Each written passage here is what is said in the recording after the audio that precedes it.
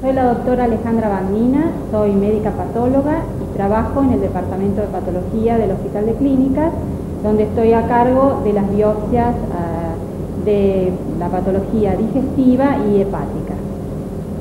Mi nombre es Jorge Darvis, soy médico hepatólogo, jefe de la sección de patología del Hospital de Clínicas, y seguramente ustedes se preguntarán por qué para este video de hepatología en general está presente la doctora Bagnina.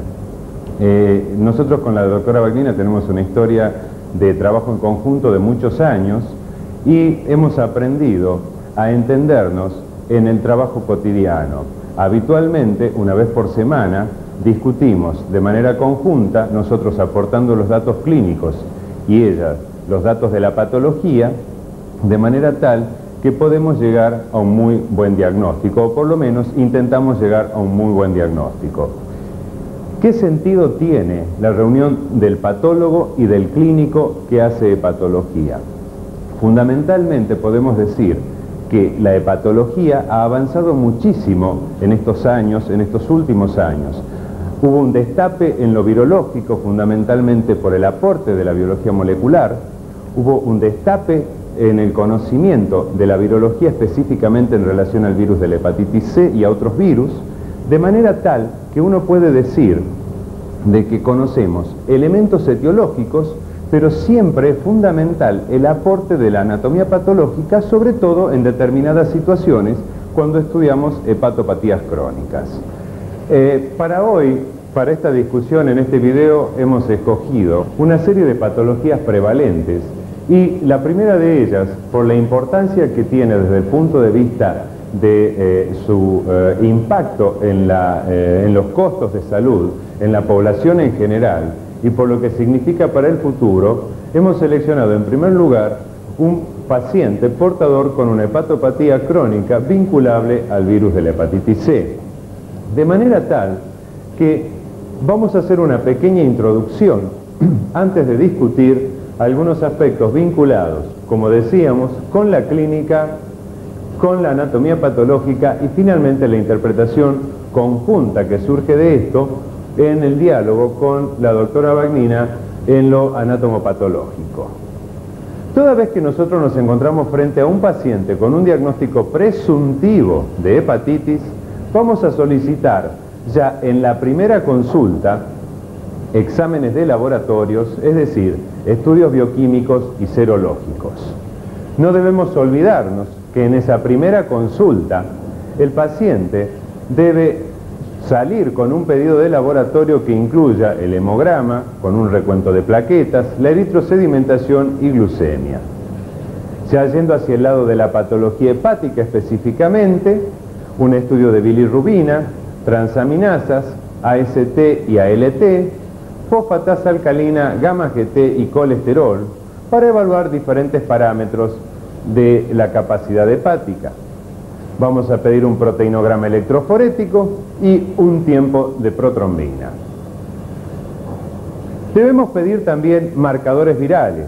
Como nosotros no sabemos qué tipo de hepatopatía tiene este enfermo, vamos a investigar la posibilidad de una hepatitis A, que recordemos, la hepatitis A es la enfermedad viral más frecuente en Argentina, es prevalente en la edad infantil, es habitualmente asintomática, pero tenemos la obligación de investigarla, sobre todo cuando estamos frente a pacientes adultos, debido a que no podemos distinguir por las manifestaciones iniciales una hepatitis A de una hepatitis B o de una hepatitis C. Entonces vamos a pedir inicialmente un anticuerpo de tipo IgM contra el virus de la hepatitis A, un antígeno de superficie y un anticore. Si es factible y la infraestructura del laboratorio lo permite, un anticore de tipo IgM y también un anticuerpo anti-HCV que nos permite evaluar la presencia de anticuerpos contra el virus de la hepatitis C. Además de esto, vamos a solicitar una ecografía de abdomen. Una bola, pero si la bola de portero de boliche otra vez se levanta tarde, ¿no? Que la la sensibilidad de la ecografía no nos permite hacer el diagnóstico, pero la conjunción, la interpretación de todos estos elementos nos permitirá indudablemente tomar una decisión correcta. ¿Qué queremos decir? Que para alcanzar el diagnóstico y tomar una decisión correcta debemos interpretar, vamos a interpretar los hallazgos bioquímicos, aquellos que nos expresan procesos inflamatorios o necroinflamatorios a nivel hepático, lo virológico por la eventualidad de una infección viral crónica. También recordemos que dentro de lo bioquímico la presencia de una gamma globulina en un valor elevado nos va a hacer sospechar la posibilidad de una hepatopatía autoinmune. Y finalmente, con estos dos elementos, es decir, lo bioquímico, lo virológico, vamos a solicitar seguramente un estudio histológico, es decir, una punción biopsia hepática, para que así podamos cerrar el círculo e interpretemos adecuadamente qué es lo que ocurre. A continuación, la doctora Bagnina les va a presentar a ustedes una actualización de los elementos que consideramos importantes cuando evaluamos una biopsia hepática. Como comentó el doctor Darvich, el gran avance que ha habido en el conocimiento de la etiología de las hepatopatías crónicas ha llevado a que los patólogos tengamos que modificar la forma en la que informamos las biopsias de hepatitis crónica. En el caso de los pacientes con hepatitis C, con infección por el virus C, muchos de ellos o la mayoría van a ser una hepatitis crónica.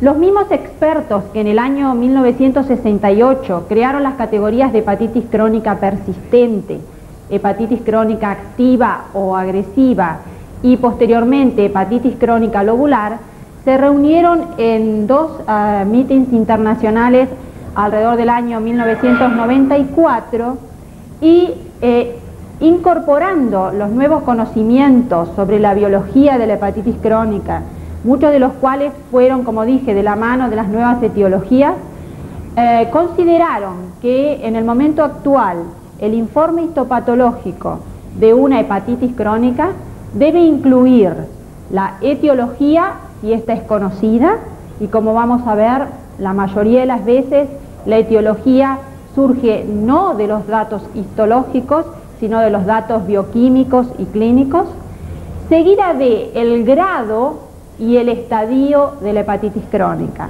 Estos dos términos, grado y estadio, se han usado mucho para evaluar patología oncológica y son bastante novedosos para evaluar una patología inflamatoria como es la hepatitis crónica. Entonces, para resumir, cuando ustedes vean un informe histopatológico actual de una hepatitis crónica, van a ver que va a incluir el término hepatitis crónica, seguido de la etiología, como dijimos, si esta es conocida, seguido del grado, que significa la actividad inflamatoria que esa biopsia tiene, medida, como vamos a ver, con diferentes lesiones histológicas, como la llamada necrosis erosiva o hepatitis de interfase, la necrosis en puentes, etc. Y finalmente el estadio. El estadio significa cuánto de fibrosis y de distorsión arquitectural hay como consecuencia de la inflamación en esa biopsia. Para que sea un poco más claro, en estos dos esquemas voy a mostrar a qué llamamos grado y cuáles son las posibilidades de grado, o sea, de actividad inflamatoria. En estos esquemas tenemos en el centro un espacio portal con sus tres elementos que son la vena, la arteria y el conducto biliar, y venas centrolobulillares de lo que llamamos la zona acinar 3. En el grado mínimo de hepatitis crónica, el infiltrado inflamatorio, que está esquematizado con estos puntitos que representan sobre todo linfocitos, está limitado prácticamente a los límites del espacio portal, con muy poca, si es que existe, invasión del espacio periportal, y mínima, si es que existe, inflamación, también representada por linfocitos, en los acinos. Este sería el grado menor o mínimo de hepatitis crónica. El segundo grado es considerado como una hepatitis crónica leve. ¿Qué es lo que cambia con respecto al anterior? La inflamación, que es predominantemente portal, tiene alguna tendencia más franca a invadir muy focalmente la interfase entre el espacio porta y el parénquima, y hay más regularmente hallables focos inflamatorios en los acinos. El grado es moderado, como vemos acá, cuando realmente esa necrosis o esa inflamación de la interfase entre el parénquima y los acinos es notoria y en la mayoría de los espacios porta ocupa el 50% o más del contorno de los mismos, y a su vez los focos de infiltrado acinar son evidentes. Y finalmente, una hepatitis crónica es de grado severo cuando a todo lo anterior se suma una lesión que denominamos necrosis en puentes, y que significa que este infiltrado inflamatorio de linfocitos activados que provoca la necrosis por apoptosis de los hepatocitos que rodea, involucra grupos de hepatocitos que, partiendo del espacio porta, llegan a las venas centrolobulillares, como se ve acá. Esa entonces necrosis que conecta, inflamatoria, que conecta los espacios portales con las venas centrolobulillares, es la lesión inflamatoria más severa, se denomina necrosis en puente, y entonces pone a la hepatitis crónica en este grado, que es el de mayor severidad inflamatoria. ¿Qué pasa con la fibrosis? La fibrosis es la consecuencia probablemente de la inflamación y es una lesión más estable que la inflamación, como vamos a ver. También podemos considerar 4 grados, por lo menos, de fibrosis, que vamos a denominar entonces estadios. El estadio inicial de fibrosis es prácticamente una expansión muy leve de la fibrosis, del colágeno depositado en los espacios portales. El estadio 2 de fibrosis es una expansión fibrosa irregular del contorno de los espacios portales, que acá está esquematizada como bandas que salen incompletamente y muy finas del espacio porta, que cambian definitivamente ese contorno liso que tiene el espacio porta en condiciones normales o de fibrosis mínima a un contorno francamente irregular. Quería aclarar que esto se ve mejor con las técnicas para colágeno, las llamadas técnicas de tricrómico, que con la hematoxilina eosina, que es la técnica que usamos de rutina para analizar una biopsia hepática. Bien, puede haber también en este estadio ya alguna de estas banditas fibrosas que conecten algún espacio porta con otro, pero si las hay, son septos cortos y la mayoría de los casos septos incompletos. Cuando tenemos un estadio 3, ya la distorsión arquitectural es bastante franca, y entonces estos septos que conectan espacios porta entre sí están bien claramente delimitados. Hay también algunos que conectan espacios portas con venas centrolobulillares, y el hígado tiene, mirado con la técnica de tricrómico, un aspecto nodular, aunque no estamos todavía en el estadio final, que es la cirrosis. El estadio 4 entonces sí es la cirrosis probable o definitiva, en la cual la distorsión arquitectural provocada por la inflamación seguida de fibrosis es completa, y entonces vemos, como es la definición de cirrosis de cualquier etiología, que hay bandas completas que unen o distorsionan por completo la arquitectura hepática, uniendo entre sí las estructuras que habíamos mencionado, espacios porta entre sí, espacios portas con venas centrolobulillares, y el parénquima tiene un franco aspecto nodular. Este parénquima entonces, a consecuencia de toda esta lesión, tiene siempre cambios regenerativos, que le imprimen todavía un aspecto más nodular, o sea que aparecen los nódulos de regeneración hepatocitaria. Lo que se ha visto, conociendo la historia natural de diferentes hepatitis crónicas, es que la inflamación, o sea el grado, puede variar mucho a lo largo de la historia de la enfermedad en el mismo paciente. Y entonces, por ejemplo, podemos tener grandes picos de actividad y picos de muy poca actividad en biopsias secuenciales del mismo paciente. Eso está muy relacionado con la etiología. Y si hablamos, por ejemplo, de hepatitis autoinmune, que está esquematizado en este esquema de Ludwig en primer lugar, es clásicamente una hepatitis crónica con grandes picos de actividad seguidos de grandes picos de inactividad, muchas veces provocados por la terapéutica. De manera que podemos tener una biopsia con un grado muy severo de actividad, que en la terminología antigua sería una hepatitis crónica agresiva, y la biopsia siguiente puede ser una hepatitis crónica de las que llamábamos persistente, con una actividad muy leve. Eso demuestra que los términos de hepatitis crónica persistente y activa deben ser abandonados porque ponen dos nombres diferentes a una misma enfermedad o a estadios evolutivos de una misma enfermedad. Lo clásico en la hepatitis crónica C, que es lo que estamos analizando, es que haya bastante poca variación en el grado, o sea, en la actividad inflamatoria en biopsias secuenciales del paciente. Y también es clásico que la mayoría de las biopsias van a mostrar una hepatitis crónica con un grado de actividad leve a moderado, es decir, no es frecuente grados de actividad severa en un paciente con hepatitis crónica C, y entonces podemos pensar que la evolución a la cirrosis, si ocurre, es a lo largo de la perpetuación de una hepatitis crónica que no tiene nunca una gran actividad inflamatoria. El estadio, en cambio, esquematizado aquí en esta parte del esquema, es una cosa estable, o sea que uno no puede esperar que una vez que un paciente tiene un estadio 2 de fibrosis, retrograde. Es probable que o permanezca así si la causa etiológica se soluciona, o avance si la inflamación persiste. Finalmente, una recomendación de estos expertos es el uso de algunos índices que en forma semi-cuantitativa transforman en valores numéricos todas las lesiones histológicas que hemos analizado. La importancia o la necesidad de usar estos índices surgió a partir del otro gran avance que ha habido en la hepatología, cuando aparecieron tratamientos efectivos para las hepatitis crónicas virales. Y entonces se hizo necesario comparar el efecto del tratamiento en biopsias secuenciales de los pacientes antes y después del tratamiento. Para que eso fuera, digamos, estadísticamente evaluable, se describieron una serie de índices numéricos, de los cuales el primero, y por eso el más usado, es el llamado índice de Nodel, que le da valores arbitrarios numéricos a las lesiones que hemos mencionado, de inflamación periportal y necrosis en puente por un lado, de degeneración intralobular, es decir, inflamación acinar con necrosis focal por el otro, y de inflamación portal.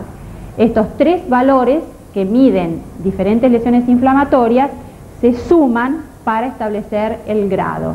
Y por otro lado, se establece la fibrosis con valores numéricos que surgen del esquema que mencionamos. En general, estos índices tienen valores numéricos de 0 a 4.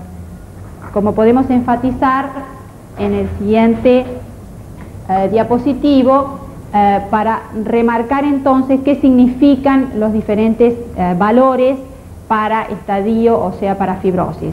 Cuando decimos fibrosis 0, obviamente no hay ninguna distorsión fibrosa. Cuando decimos fibrosis 1, hay entonces tractos portales ensanchados por fibrosis. Cuando decimos 2, aparecen esos septos periportales o porta a porta, pero sin distorsión de la arquitectura. Cuando la fibrosis es 3, existe distorsión de la arquitectura, pero no obvia cirrosis, y cuando estamos en el 4, estamos en presencia de una probable o definitiva cirrosis. Después de esta introducción, que probablemente a ustedes les parecerá un tanto prolongada, vamos a presentar un caso específicamente vinculado a la hepatitis C. Pero, ¿por qué esta introducción? Volvemos a repetir, y a riesgo de cansar con la repetición, queremos decir que la hepatitis C tiene en el momento actual, y seguramente aún más en un futuro próximo, y estamos hablando en la próxima década, va a tener un gran impacto en la salud en nuestro país. Fundamentalmente, ¿por qué? Porque la hepatitis crónica por virus C es una enfermedad característicamente asintomática. No hay clara conciencia en los profesionales de la salud sobre la importancia de buscarla, sobre todo en aquellas poblaciones de riesgo.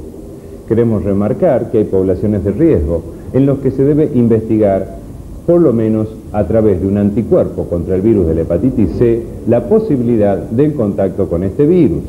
Estas poblaciones de riesgo están constituidas por los drogadictos, ya sean endovenosos o por aspiración, aquellos que alguna vez recibieron transfusiones, que fueron sometidos a múltiples cirugías, en fin, aquellos pacientes que tienen riesgo de haber tenido contacto a través de la vía percutánea o por transfusión con este virus. Vamos a presentar el caso de una paciente de 60 años de sexo femenino que ella consulta a nuestro servicio derivada por la presencia en un estudio de rutina de un anticuerpo contra el virus de la hepatitis C.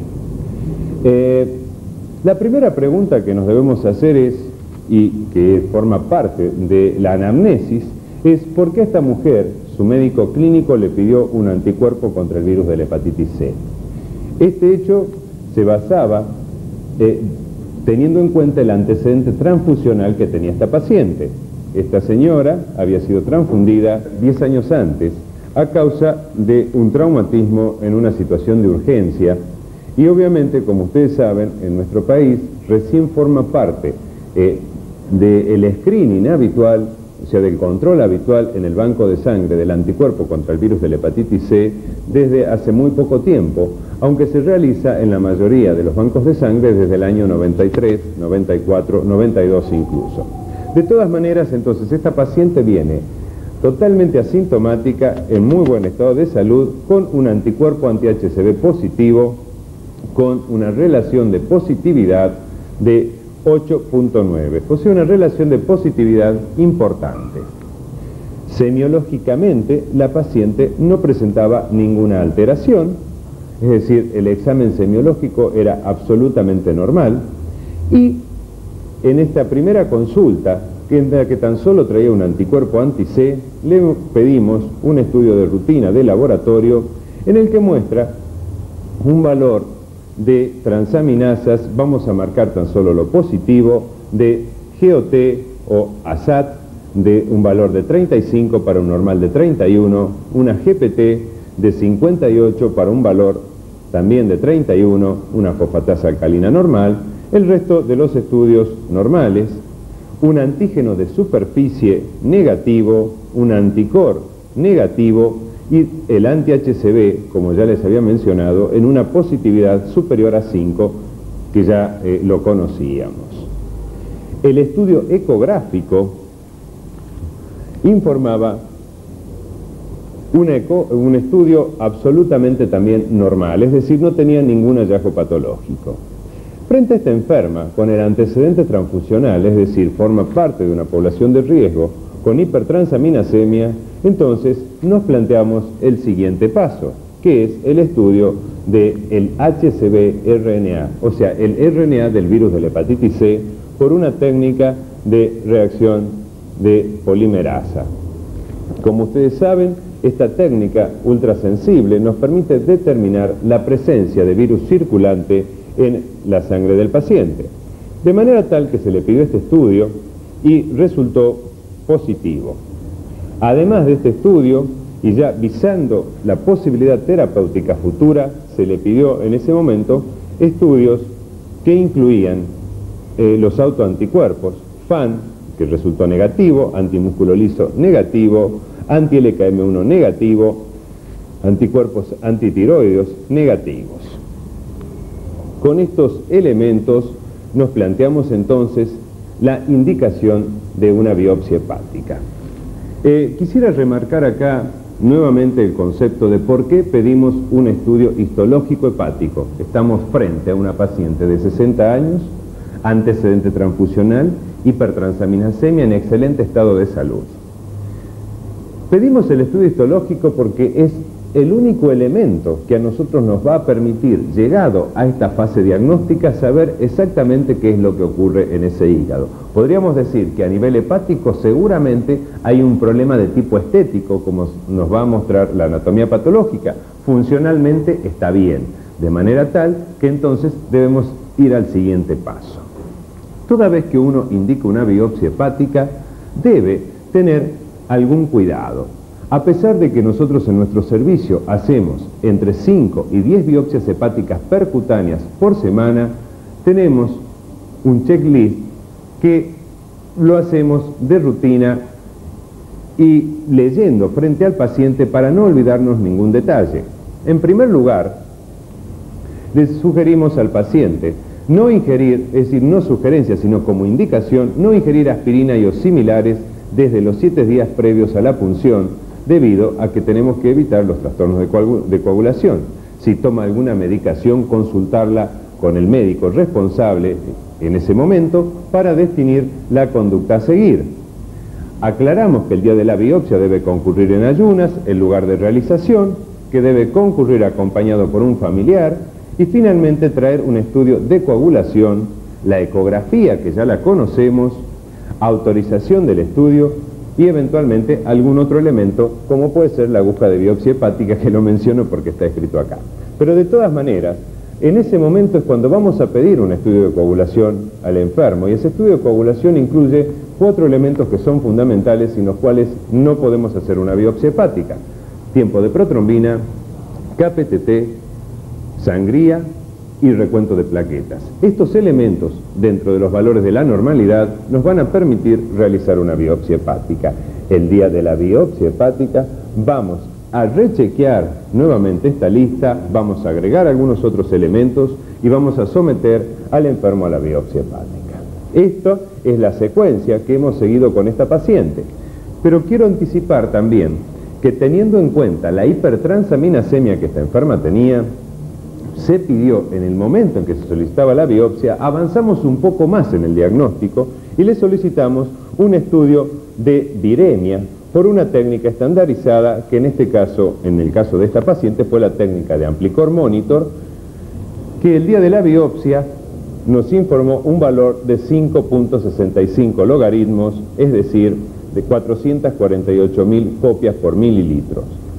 Por otro lado, nos informamos también a través de un estudio la variedad del virus de la hepatitis C, que en este caso era el genotipo 1B, o sea, variedad de virus 1B y una carga viral que para la técnica que estamos empleando era una carga viral baja. ¿Por qué pedimos esto?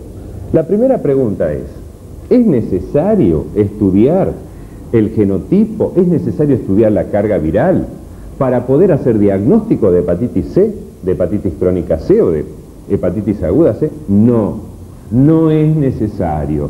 Sí forma parte de lo que es el algoritmo terapéutico. Es decir, nosotros estamos pensando ya que esta paciente va a necesitar tratamiento porque tiene antecedente transfusional e hipertransaminasemia, o sea que seguramente tiene una hepatopatía crónica que necesitará tratamiento. Dentro del algoritmo terapéutico está la biopsia hepática, está el genotipo, está la carga viral. Después discutiremos algunos otros elementos que nos van a permitir inferir estadísticamente, de acuerdo a lo que llamamos factores predictivos de respuesta, las posibilidades de responder o no al tratamiento que vamos a implementar y cuál sería el tratamiento que vamos a realizar. Ahora, la doctora